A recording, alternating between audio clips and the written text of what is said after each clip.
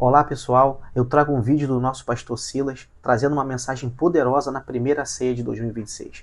Nesse vídeo, ele nos lembra que uma vida cristã não se sustenta apenas com palavras, mas com oração e com jejum. Ele nos ensina que a oração nos conecta com Deus, mas o jejum nos alinha com Deus. Jejum não é troca, não é ritual, é posicionamento espiritual. Muitos querem autoridade espiritual, sensibilidade e direção, mas não querem abrir mão de nada. O pastor Silas foi claro: sem jejum, a carne fala mais alto. Jejum enfraquece a carne e fortalece o espírito. Ele nos ensina domínio próprio, dependência e sensibilidade à voz de Deus. Se queremos uma vida espiritual forte, precisamos voltar ao básico: oração constante e jejum com propósito. Confira o vídeo depois da vinheta. E se essa mensagem falar com você, curta, compartilhe e deixe um comentário.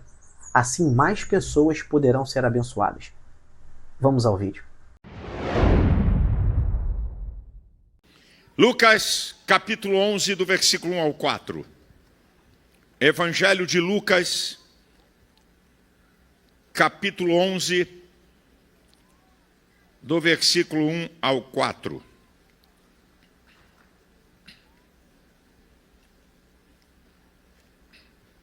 E aconteceu que, estando ele a orar num certo lugar, quando acabou, lhe disse um dos seus discípulos: Senhor, ensina-nos a orar, como também João ensinou a seus discípulos. E ele lhes disse: quando orardes, dizei: Pai, santificado seja o teu nome, venha o teu reino, dá-nos cada dia o nosso pão cotidiano, perdoa-nos os nossos pecados, pois também nós perdoamos a qualquer que nos deve, e não nos conduza em tentação, mas livra-nos do mal. Eu vou falar sobre o poder da oração, a parte 2. Aqui na minha introdução é o seguinte: eu vou repetir algumas coisas, poucas, mas vou repetir, do que falei em dezembro. Porque a repetição é pedagógica para fixação na sua memória de longo prazo. Então, alguma coisa eu vou repetir, ok? Aqui que eu preguei em dezembro. Então, o tópico 1 é o mesmo tópico da mensagem passada, que vai ter alguma coisa diferente. O primeiro tópico é: a oração é a chave da intimidade com Deus. Esse aqui é o primeiro tópico. Então, vou repetir no início o que falei na mensagem passada. Por que os discípulos pediram a Jesus para ensinar a orar e não a ensinar a pregar? Senhor, ensina-nos a orar. Por quê? Porque eles viram que Jesus orava muito e aconteciam muitos milagres e muito sobrenatural de Deus. O contrário, a recíproca é verdadeira. Pouca oração, pouco poder. Pouca oração, pouca manifestação do sobrenatural. Muita oração, muita manifestação do sobrenatural e muito poder. Deixa eu falar uma afirmação que eu fiz também na mensagem passada e que vou fazer e vou provar mais uma vez, que isso aqui é muito importante. A pregação não opera milagres, mas a intimidade com Deus, sim. E eu provo na Bíblia. A pregação não opera milagres, mas a intimidade com Deus, sim. Então vamos à Bíblia? Preste atenção.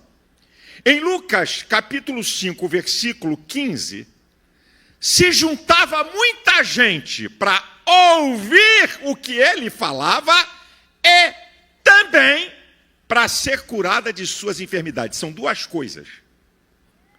A multidão corria para Jesus para ouvir o que ele pregava, o que ele ensinava, e também para ser curada das suas enfermidades.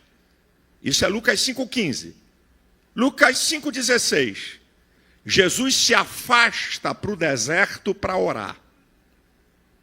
Lucas 5,17. Jesus está ensinando a palavra, tem muitos doutores e mestres. E diz o texto que a virtude de curar estava sobre ele. Ele ensinava a palavra e a virtude de curar estava sobre ele. E porque a virtude de curar estava sobre ele, ele cura o paralítico de Cafarnaum, trazido por 4. Jesus não ensinou a pregar em nenhum versículo das leis do reino. Mateus 5, 6 e 7 são as leis do reino de Deus. Não tem um versículo Jesus ensinando a pregar, mas Jesus ensinava a praticar a sua palavra. Lá no final das leis do reino, as leis do reino são ensinos de Jesus. Ele não ensina a pregar, mas ele ensina a praticar, e ele vai fechar Mateus 7, versículo 21, e a partir do 24, nem todo aquele que me diz Senhor, Senhor entrará no reino dos céus, mas aquele que faz a vontade do meu Pai que está no céu, aquele que pratica. Todo aquele que escuta as minhas palavras e a pratica, compará-lo-ei ao homem prudente que edificou a sua casa sobre a rocha, desceu a chuva, correram os rios, sopraram os ventos, e a casa não caiu, aí continua. Agora, em 16 versículos da lei do reino, Jesus fala sobre oração e ensina sobre oração. E nenhum ensina a pregar. Ele ensina a praticar. Mas em 16 versículos, ele ensina a orar. Mateus 5:44, Mateus 5 do versículo 5 ao 15, Mateus 7 do versículo 7 ao 11. Eu estou mostrando aqui a Bíblia, queridinho, para você. Isso aqui é Bíblia. Agora preste atenção. A oração é a chave que abre a porta do mundo de Deus. Você não penetra no mundo do divino sem oração. A oração é a chave que abre a porta do mundo de Deus. Você não vai penetrar no mundo do divino sem oração. Com todo respeito, sem acusar ninguém, é por isso que estamos cheios de crentes carnais, porque não penetram no mundo do divino, no mundo espiritual. Isso só se faz com a oração. Escute isso, meu irmão. O tempo dedicado à oração nunca é desperdiçado. Você pode não ter a resposta a essa oração. Deus pode não fazer o que você está pedindo, mas eu te garanto que 2 coisas vão acontecer. Primeiro, você vai ter mais intimidade com Deus. E segundo, Jesus falou em Mateus 6,33, buscai primeiro o reino de Deus e a sua justiça, e todas essas coisas vos serão acrescentadas. Quando você ora, você está buscando o reino de Deus. Vão acontecer coisas na sua vida que você nem espera.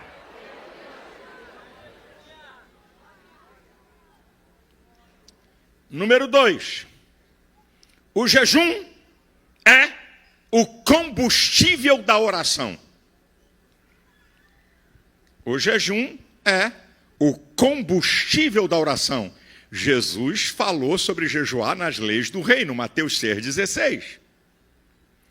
Jesus falou que existem castas de demônios que são repreendidas e travadas só através da oração e do jejum. Marcos 9:29. Se alguém pensa que o jejum é uma coisa qualquer, foi Jesus que falou. Daquele menino cheio de demônios que os discípulos não conseguiram expulsar o demônio. Jesus disse, é que tem casta, tem níveis de demônios que só sai com jejum e com oração. Jesus jejuou antes de ser tentado. Ele foi preparado para confrontar a tentação, porque teve fome. Foi tentado, teve fome, necessidade das mais fundamentais do ser humano. E também não é só por causa da tentação, da necessidade humana, mas também ele foi preparado para vencer o diabo. Jesus venceu a tentação que ele estava sendo confrontado, porque teve fome, e o poder de Satanás com o jejum. O jejum faz parte do processo de santificação. Por quê, pastor? Preste atenção. A faculdade da alma mais poderosa é a vontade. A vontade tem o poder de interferir nas outras faculdades. A vontade tem o poder de interferir na mente humana, no pensamento. Você pode saber que alguma coisa é errada, mas faz, por causa da vontade. Nos sentimentos, você pode amar e você pode trair por causa da vontade. A vontade é tão poderosa que ela tem o poder de interferir numa das faculdades do espírito. A faculdade do espírito é formada pela fé e pela consciência. A consciência é a lei moral e espiritual que aprova e reprova a nossa conduta. A tua consciência pode estar dizendo para você assim, é pecado, é errado. E o cara faz por causa da vontade. A vontade é a faculdade da alma mais ligada à natureza humana que é fraca. A faculdade mais poderosa que opera na natureza humana é a vontade.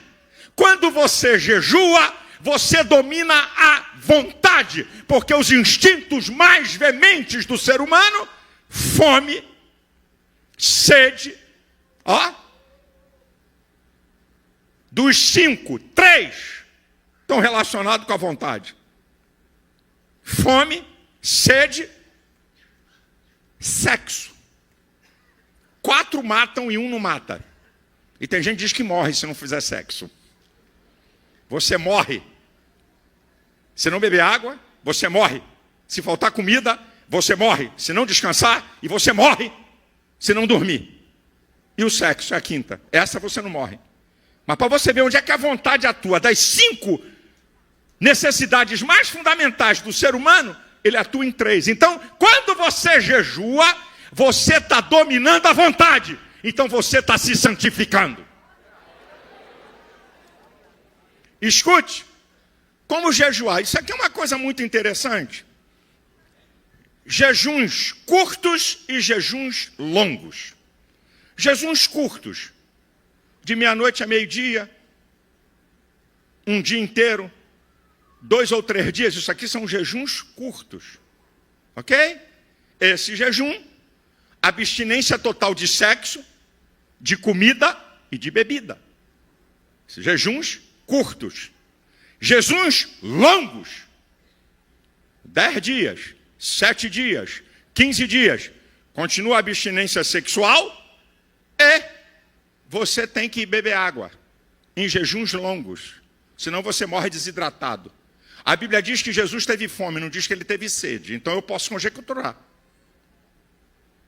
Em todos os textos da tentação está dizendo que Jesus teve fome, não diz que ele teve sede. 40 dias no deserto, eu já passei por aquele deserto. O deserto é um lugar violento que o guia diz assim, beba água mesmo que você não tenha vontade. Porque você fica desidratado e nem percebe. Então tudo indica, não estou fazendo uma afirmação, ok? Estou fazendo uma conjectura, tudo indica que Jesus bebeu água, tudo indica.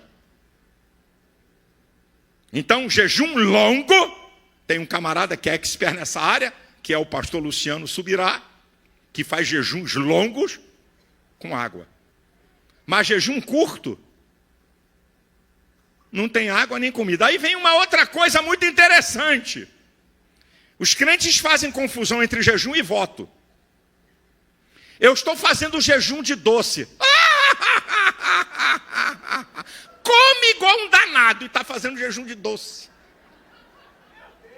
Você não está fazendo jejum de doce. Eu estou fazendo jejum de refrigerante, pastor. Eu estou fazendo jejum de batata frita. Eu estou fazendo jejum de feijão. Eu estou fazendo jejum de café. Não. Você não está fazendo jejum. Jejum é uma abstinência total de alimento. Você está fazendo um voto a Deus, ou para cumprir um voto que você fez, ou para você expressar gratidão, devoção, uma promessa voluntária em troca de uma bênção para glorificar a Deus. Paulo raspou a cabeça, Atos 18, por um propósito que ele fez. Resultado de um propósito que você teve uma resposta, então você vai tomar uma iniciativa. Mas isso não é jejum, é um voto que você faz.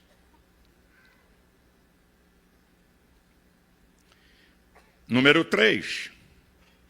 Meu irmão, se tem uma coisa incrível, é você orar com a palavra. Ore com a palavra. Jeremias 1,12 diz que Deus vela em fazer cumprir a sua palavra. Hebreus 4,12 diz que a palavra do Senhor é viva e eficaz, mais penetrante que espada alguma de 2 gumes, penetra até a divisão da alma e do espírito, das juntas e das medulas, apta para discernir os pensamentos e as intenções do coração. É o único livro que o autor está presente. Aprenda a orar com a palavra. Moisés, se você vê, quando ele intercede pelo povo, Números capítulo 14, a partir do versículo 13, ele ora com a palavra. Salomão cita a fidelidade de Deus. 2 Reis, capítulo 8, do versículo 22 ao 26. Elias no Carmelo. 1 Reis, capítulo 18, do 36 ao 38, ele diz, Deus de Abraão, Isaque e Jacó. Ele está citando a palavra. Neemias, no capítulo 1, versículo 8, 9, 10 e 11, buscando uma resposta de Deus, ele cita a palavra. Daniel, na célebre oração de confissão, em Daniel capítulo 9, do versículo 4 ao 14, ore com a palavra, abra a tua Bíblia e diz, Senhor, aqui está escrito que quem confessa pecados, tu perdoa e purifica de toda injustiça, a tua palavra é a verdade, Senhor, a tua palavra diz que aquele que dá ao pobre empresta a Deus, eu tenho sido benevolente com o pobre, me responde, ore com a palavra, porque Deus vela por ela.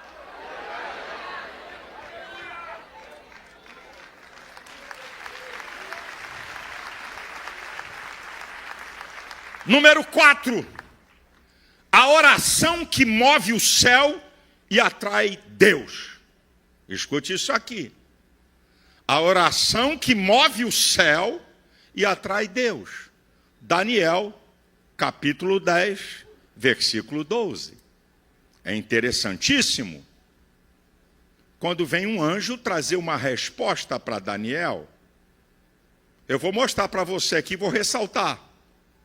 O anjo diz para Daniel, desde o primeiro dia, prioridade. Daniel priorizava o mundo de Deus. Número 2, que aplicaste. A aplicação é afinco, entrega, gasta tempo e energia. Desde o primeiro dia que aplicaste o teu coração, mente, vontade e sentimentos voltados para Deus. 4 lugar, a compreender, fome de conhecer o mundo de Deus. A humilhar-te, reconhecer quem Ele é e quem é Deus. Eu vim por causa das tuas palavras. Não é do teu gemido, nem do teu urro, nem do teu grito. Eu vim por causa das tuas palavras. A boca é o porta-voz do coração. É o que está aqui dentro. Daniel estava falando o que estava aqui dentro. Palavras conectadas e não palavras ao léu da sorte. Sua prática de vida atrai Deus. É interessante. Sua prática de vida atrai Deus. Em Daniel 9, 23, quando Gabriel vem trazer uma resposta para ele, diz assim, Daniel, você é um homem muito amado. Quando o anjo vem trazer uma resposta, em Daniel capítulo 10, versículo 11 e 19, homem muito desejado. Sua prática, sua vida de oração atrai Deus. Se tem uma coisa que atrai Deus, é um crente de joelhos dobrados falando com Ele.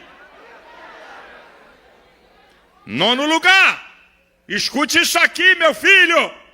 Daniel, isso aqui é muito incrível. Daniel estava disposto, eu fico até com vergonha de mim, não é de vocês não. Daniel estava disposto a morrer pelo seu hábito de oração. Ele preferiu uma cova do que interromper sua comunhão com Deus.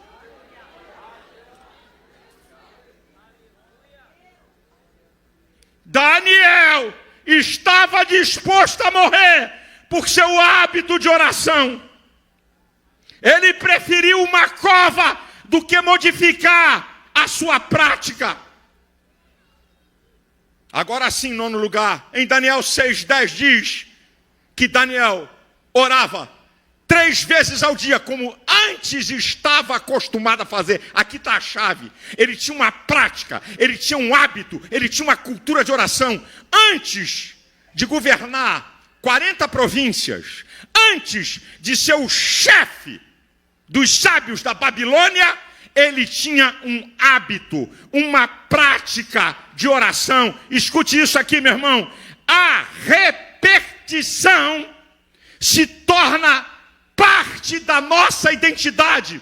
Você só cria uma cultura de alguma coisa através da repetição de hábitos repetitivos. Só através da repetição é que você consegue criar uma cultura, porque aquilo que você repete passa a fazer parte da sua identidade. Se você orar uma vez por semana, você não vai ter cultura de oração. Se você orar uma vez a cada 3 dias, você não vai ter cultura de oração. Você só vai ter uma cultura de oração pelo hábito e pela disciplina de sempre orar. Isso vai fazer parte da sua identidade. E você não vai conseguir um dia sequer ficar sem falar com Deus.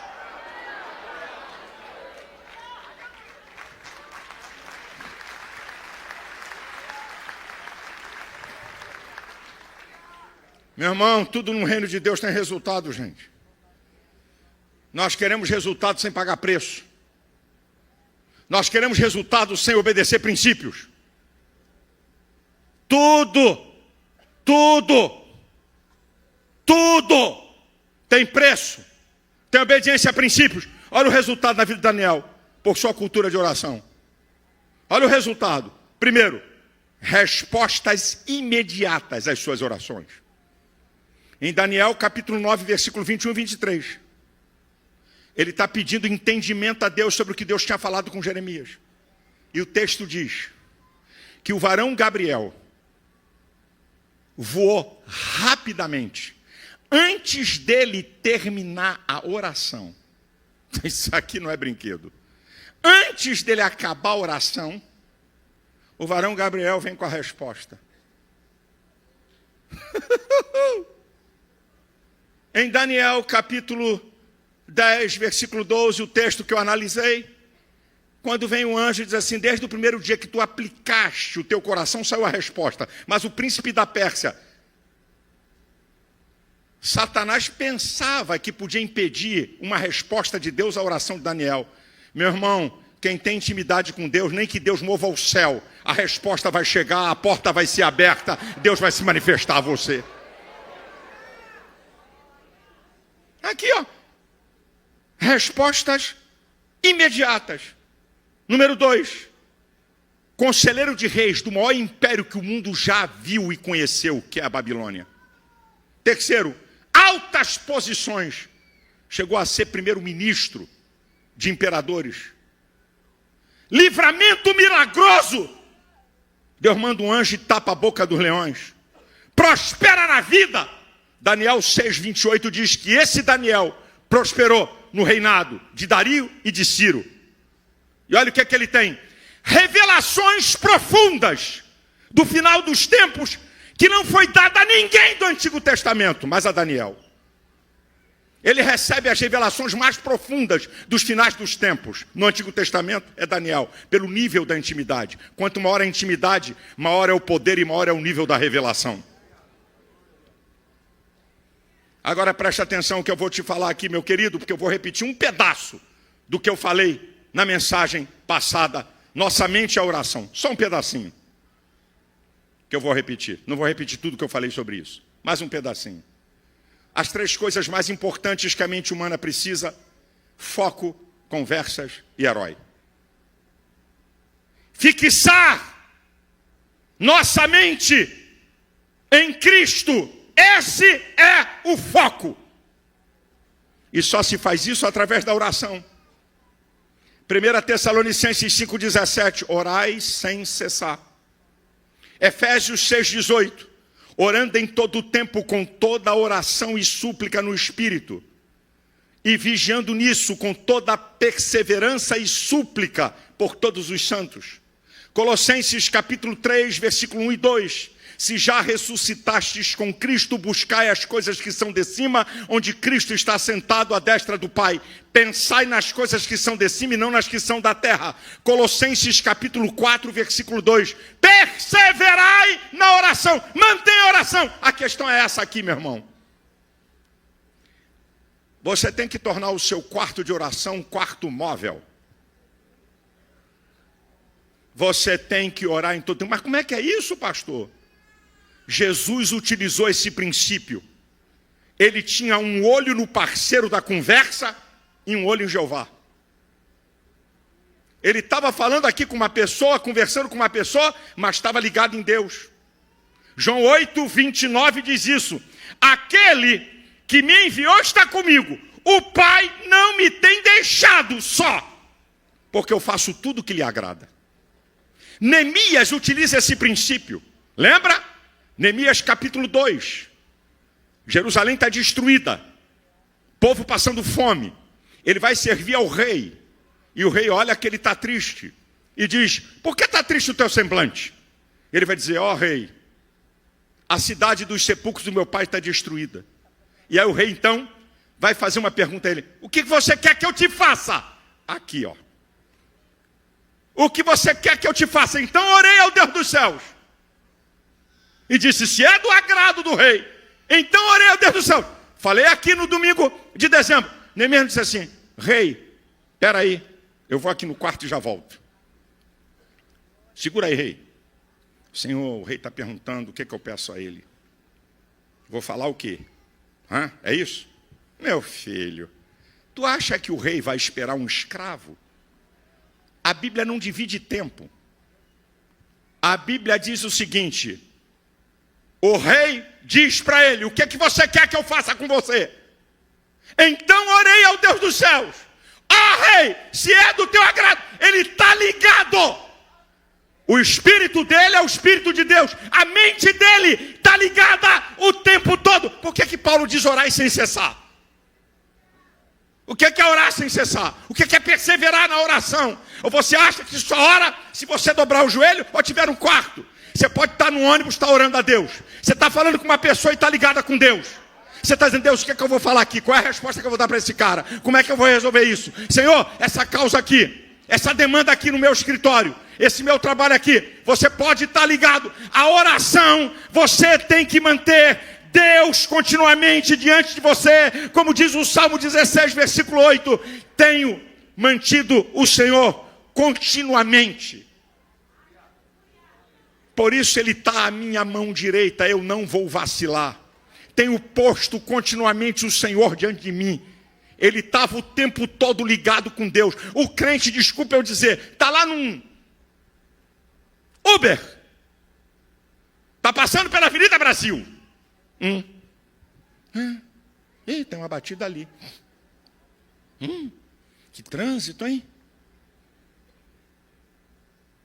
Não ora, não fala com Deus. Não diz nada.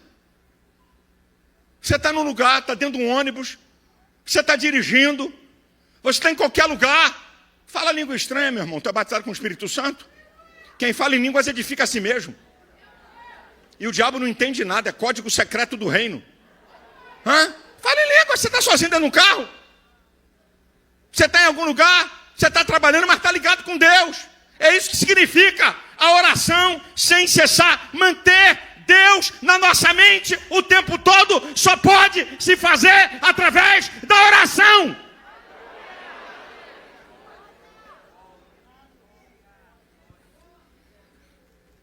Agora deixa eu falar sobre verdades fundamentais da oração. Deixa eu dizer aqui alguma coisa, meu irmão. Primeiro, quando não oramos, trabalhamos mais, gastamos mais tempo e mais energia para resolver as coisas. Quando oramos, Deus trabalha por nós. Essa aqui é a primeira verdade. Quando não oramos, trabalhamos mais, desgastamos mais. Mas quando estamos orando, Deus está trabalhando por nós, gente. Presta atenção no que eu vou te falar. Sobre oração e vigilância de Mateus 26, 41.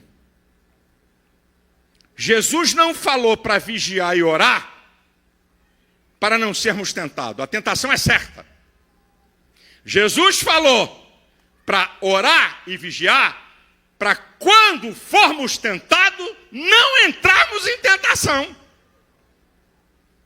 Vigiar e orar não é que não vai ter tentação, ela é certa. Mas você vigia e ora para quando você for tentado, não entrar em tentação e resistir a ela, através da vigilância e da oração. Avanços na nossa vida e no reino se fazem com oração. Você quer avançar na vida? Você quer avançar no reino de Deus? Então ore. Escute isso aqui que é muito importante, meu irmão. Quando temos uma vida de oração, deixamos de confiar nos nossos próprios recursos e confiamos nos recursos do céu. Quando você tem uma vida de oração, você deixa de confiar no seu próprio recurso e passa a confiar no recurso do céu. Porque o recurso do homem falha. Principalmente dinheiro, poder e relações com pessoas. Falha. Isso falha. Escute, meu irmão. No momento mais sombrio da vida de Jesus, de angústia, Jesus estava de joelhos orando. Lucas 22, 41 e 42. Como ele costumava fazer. No momento mais sombrio, mais difícil da vida de Jesus, ele estava de joelhos orando. Sabe o que aconteceu? Está no versículo 43. Vem um anjo do céu e o consola. Você quer consolo de Deus? Nos momentos mais sombrios da tua vida e que nós passamos, nas maiores dificuldades, você quer consolo de Deus? Esteja em uma prática de oração. Escute, meu irmão, escute o que eu estou te falando. Eu disse, e vou repetir esse aqui, na mensagem passada, o conceito mais profundo e verdadeiro da oração é o meu desejo pelo desejo de Deus, é uma troca de desejos. Vou repetir, o conceito mais profundo de oração é uma troca de desejos. Trocar o meu desejo pelo desejo de Deus. É o que Jesus fez em Lucas 22, 42. Pai, se possível, passa de mim esse cálice. Se não, faça segundo como tu queres e não como eu quero.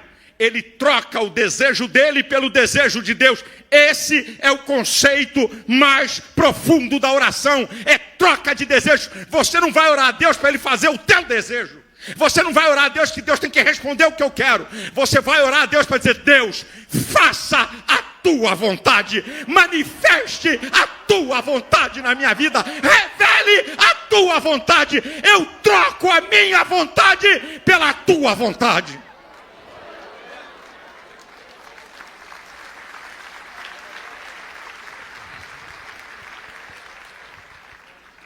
Jesus ensinou na parábola do juiz iníquo de Lucas 18, 1 em diante. O dever de orar sempre e nunca desistir.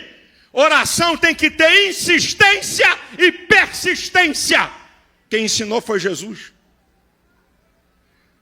O crente ora sábado por um motivo sério, especial. Segunda-feira já esqueceu o que estava orando. Já não fala mais.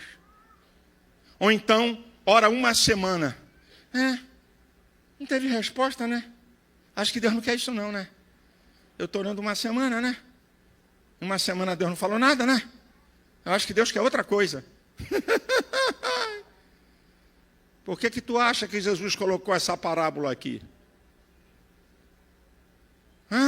Você está desistindo fácil? Porque Deus não respondeu em uma semana o que você apresentou a Ele? Porque Deus não respondeu em um mês que você apresentou a Ele? Meu querido, insista, persista, até que Deus te diga alguma coisa. Se Deus não te falar alguma coisa, você vai manter esse pedido diante de Deus. Senhor, está aqui, Senhor, está aqui, essa porta aqui, Senhor, até que Ele diga não, até que Ele te dê um sinal, até que Ele mostre uma outra coisa, até que Ele faça uma outra coisa. Persistência e insistência é uma marca de quem quer resposta de Deus. Escute o que eu vou falar para você. Em 8º lugar, a oração nos leva a uma vida de humildade. Reconhecemos quem somos e quanto dependemos de Deus. A oração nos leva a uma vida de humildade, gente, para reconhecer quem somos e como dependemos de Deus. Em 9º lugar, eu vou repetir o que falei na mensagem passada. Precisamos ter sede de Deus para termos uma vida de oração.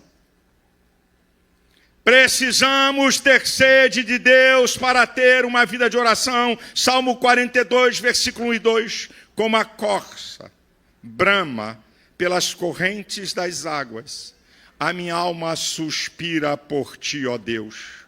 A minha alma tem sede de Deus, do Deus vivo. A sede, como eu já falei, é um dos instintos mais veementes do organismo humano. O teu organismo pede água, independente se você está com vontade ou não. Porque sem água você fica desidratado e morre. O teu organismo pede água.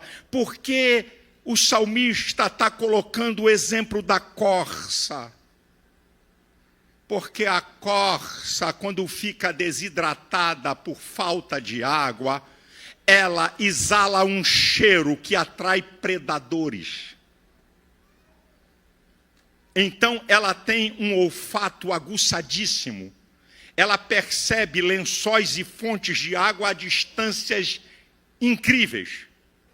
E ela vê que está se depauperando e que o cheiro que ela está exalando, os predadores vêm atrás. Então ela parte com tudo que tem direito às fontes de água.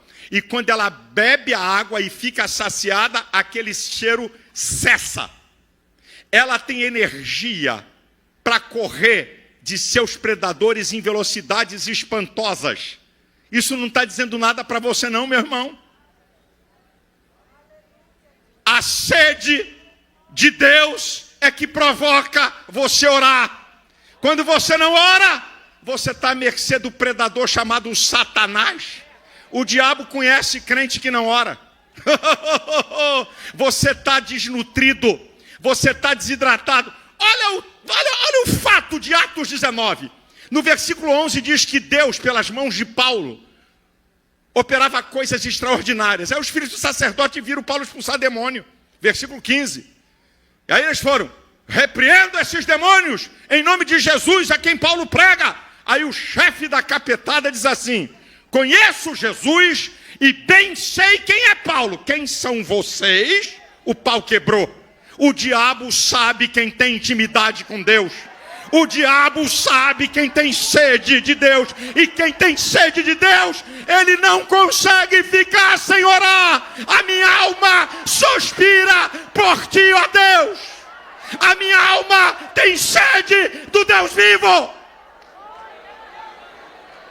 Sabe o que está acontecendo com a igreja? Aguenta aí agora. Nós estamos satisfeitos com as bolotas dos porcos desse mundo. Nós estamos ficando satisfeitos com a água contaminada que o diabo está oferecendo de um subevangelho. Estamos bebendo água estragada, matando sede com água que vai matar, e matando fome com bolota de porco. Quando eu estava preparando essa palavra, é Deus que faz isso. Eu recebi 3 vídeos. Eu recebi 3 vídeos. 2 vídeos, a igreja na África sem teto, a chuva caindo e o povo adorando a Deus. No outro vídeo, a igreja também sem teto, sem som, sem caixa de som, sem ar-condicionado, sem cadeira confortável, e o povo e as crianças de joelho na presença de Deus. E o terceiro vídeo, na África. Para que orar? Olha a igreja que temos. Para que orar? Está dando para comer. No outro vídeo, um garotinho com uma garrafa de água de plástico. Ele amarra no pé por causa da quintura do terreno. É o sapato dele. Eu queria que você prestasse atenção a esses 3 vídeos para a gente ficar com vergonha do cristianismo que estamos praticando. Nós não temos sede de Deus. Põe aí na tela, meu filho, por favor. Põe na tela.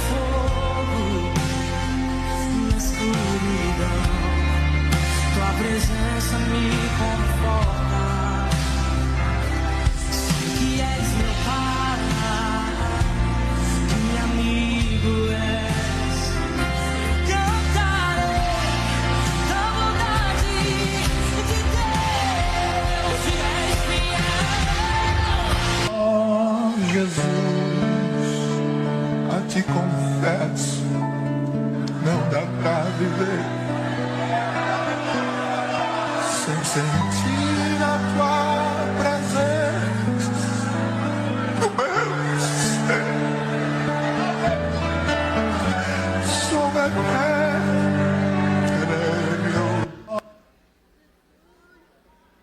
Pensando bem, só a presença de Jesus na minha vida justifica tanta coisa sem saída.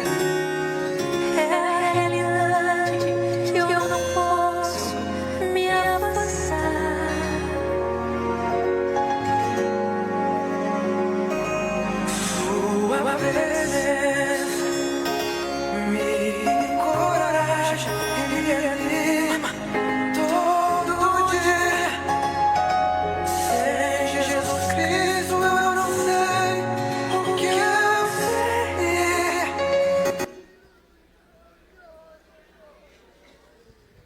Estamos perdendo a sede de Deus. Estamos satisfeitos com a nossa vida. Está dando para comer? Está dando para ter uma roupa?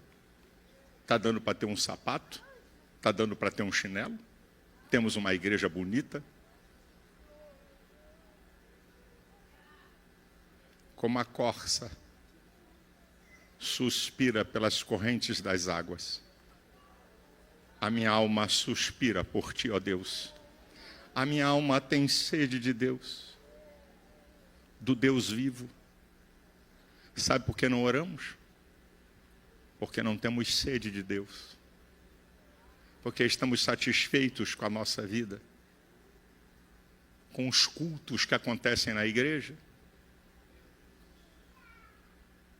onde pecadores não estão aqui porque nós não trazemos, onde nós não temos compaixão dos que estão caminhando para o inferno. É o cristianismo egocêntrico, que eu olho só para o meu umbigo e não estou nem aí para o cara que está indo para o inferno ao meu lado, onde eu moro, onde eu trabalho, onde eu estudo. Ô Espírito Santo, ô Espírito Santo, ajuda-nos. Nós temos falhado demais. Nós temos vivido um evangelho sem graça, sem poder e sem nada. Satisfeitos com boas mensagens, com bons pregadores, e não estou falando mal de ninguém, porque eu sou pregador também, com cantores abençoados, nós estamos satisfeitos, sem nenhuma intimidade com Deus.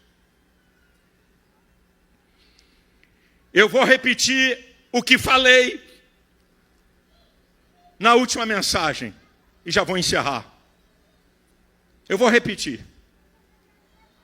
O leão não voa, a águia não nada, o tubarão não respira fora d'água, mas no ambiente certo eles dominam.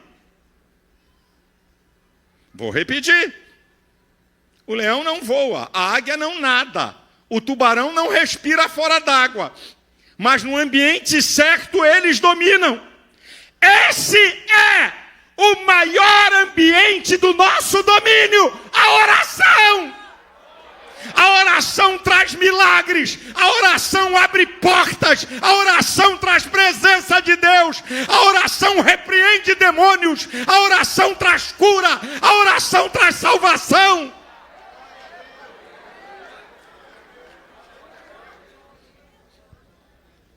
Amada igreja, eu termino repetindo o que falei. Os céus aguardam as nossas orações, sabe por quê? Ou sabe para quê? Para trazer uma nova dimensão para a nossa vida pessoal, para a nossa vida familiar, para a vida da igreja e para a nação. Os céus esperam a nossa oração, vou repetir, para nos levar a um novo patamar na vida pessoal, na vida familiar, na vida da igreja e na vida da nação. Bota aí, 2 Crônicas 7, 14 e 15. Bota aí na tela. E se o meu povo que se chama pelo meu nome se humilhar e orar e buscar a minha face e se converter dos seus maus caminhos, então eu ouvirei dos céus, perdoarei os seus pecados, é povo de Deus, sararei a sua terra, e agora estarão abertos meus olhos e atentos meus ouvidos à oração desse lugar.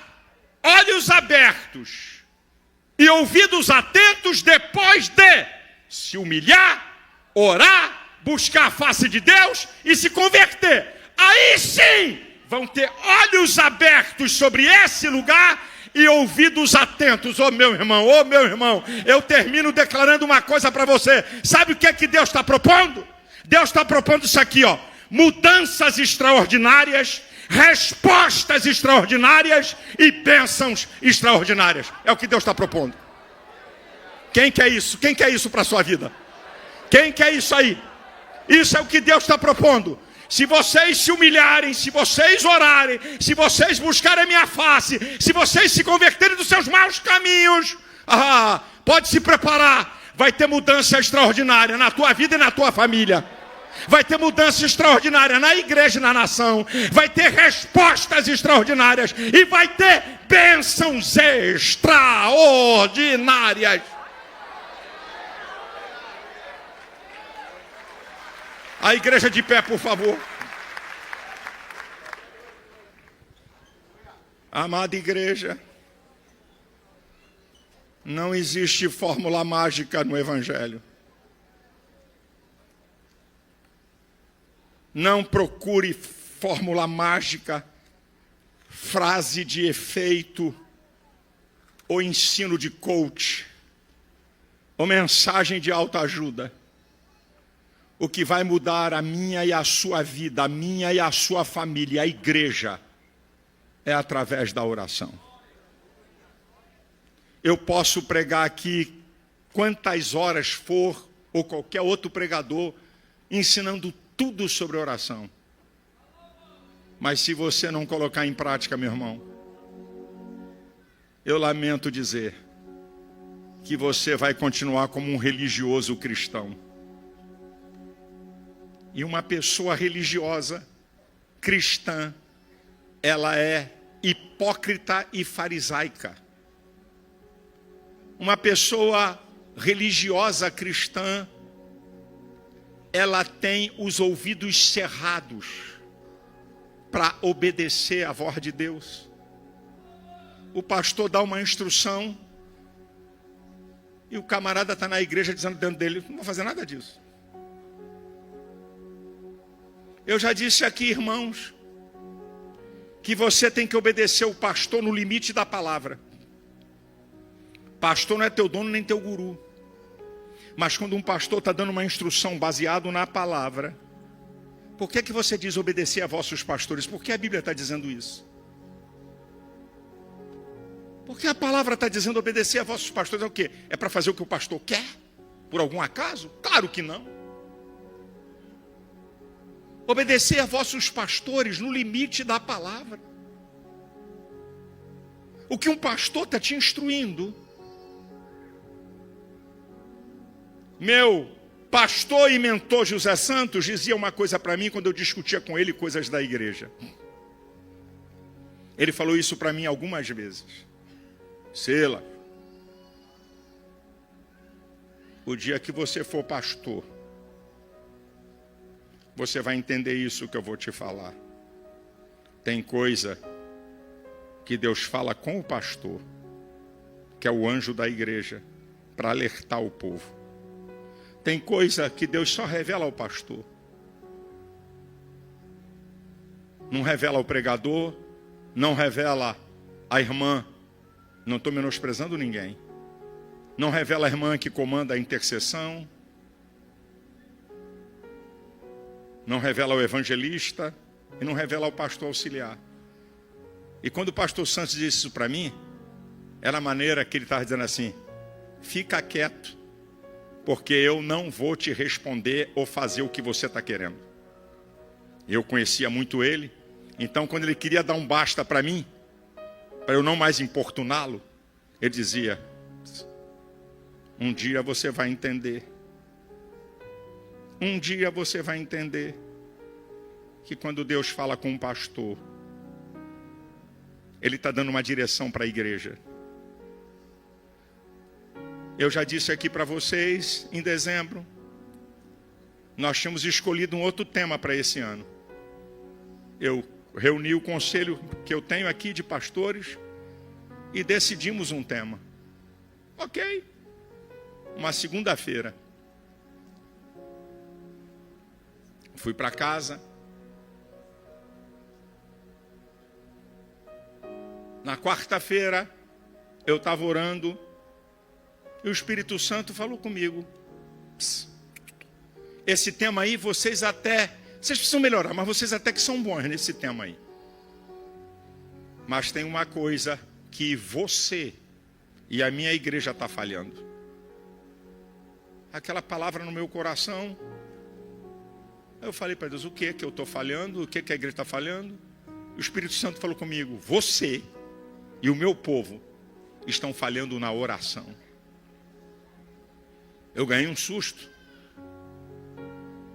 O Espírito Santo falou, você tem que mudar o paradigma, o modelo, o padrão dessa igreja, para que eu possa operar e fazer coisas que eu nunca fiz na história dessa igreja, nem na vida desse povo. Eu não estou brincando de tema de ano.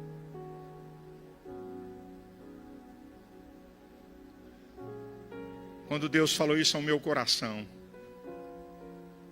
é porque realmente eu preciso orar mais. E realmente nós precisamos ter uma vida de oração. Irmãos, há um livro na Bíblia inteiro, o livro de Juízes. E depois da morte de Josué, foi congregada uma geração que não conhecia o Senhor, nem a obra que ele fizera a Israel. Uma geração que não tinha experiência com Deus. Sabe qual foi o resultado? Serviram a Astarode e a Balaíns. O que vai acontecer com essa geração da igreja? Meu irmão, eu já falei aqui, vou repetir. 45, não mais, 67, 50, 48, há 50 anos atrás, nessa igreja, 48 há 50 anos atrás, eu era um adolescente aqui. E depois liderei a juventude. Nós íamos para a vigília, fazíamos oração, evangelizávamos sem o pastor pedir uma vez isso.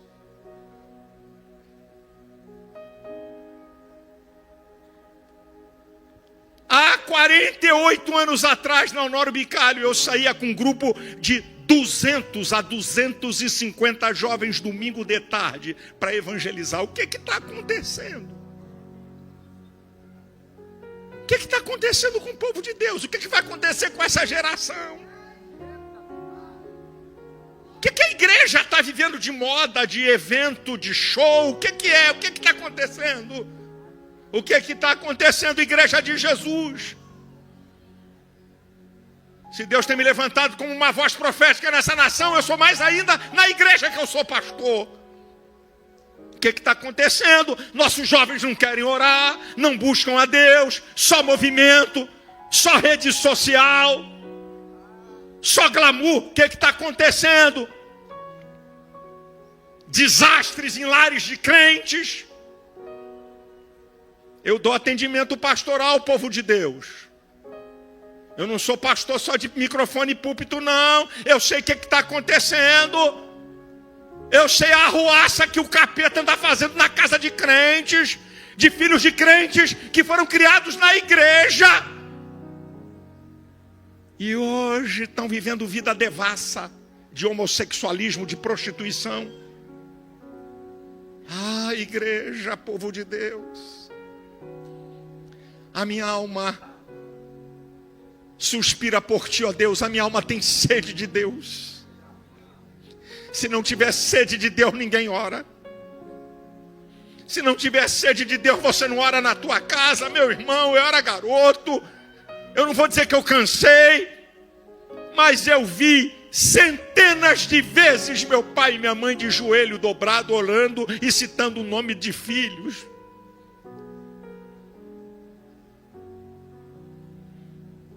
Centenas de vezes. Eu tinha 6 anos na Assembleia de Deus de Madureira. Sentava com a minha mãe na galeria lateral e todo mundo ajoelhava para orar. Não tinha negócio de criança nem nada. O que está acontecendo com o povo de Deus? Ó Espírito Santo. Ó Espírito Santo. Nós não queremos um ano temático só para esse ano, mas para ser um paradigma. Para ser um paradigma, uma mudança radical na vida de crentes, de igreja, para a gente ver Deus operar na igreja, ver milagre, demônios ser expulsos, gente ser curada, familiares se converterem, maridos se converterem, lares serem restaurados. Oramacheri carabas, oramacheri calabas. Oh Espírito Santo, a minha palavra é pequena demais. A minha argumentação é pequena demais, mas está aqui o Espírito de verdade. O Espírito Santo está aqui.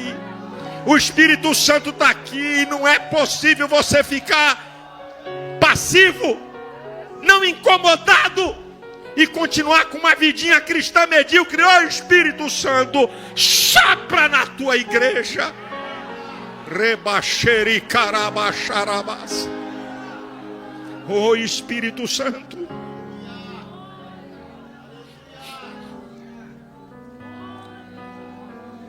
Como é que vamos pedir avivamento se a gente não ora?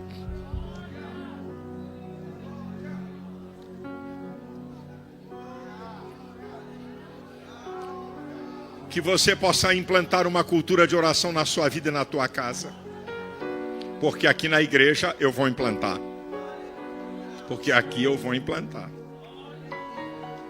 Até que o povo entenda que quando ele chegar na igreja, ele vai chegar mais cedo um pouquinho para dobrar os joelhos e falar com Deus, porque esse lugar aqui é consagrado. É consagrado a prestar culto a Deus. O Senhor te abençoe. O Senhor te desperte. Deus quer responder a sua oração. Deus tem milagres para você. Deus quer fazer coisas na tua vida e através da tua vida. Prepara-te, igreja. Deus quer fazer. Mas será que estamos dispostos a obedecer? O Senhor vos abençoe. Vamos à ceia.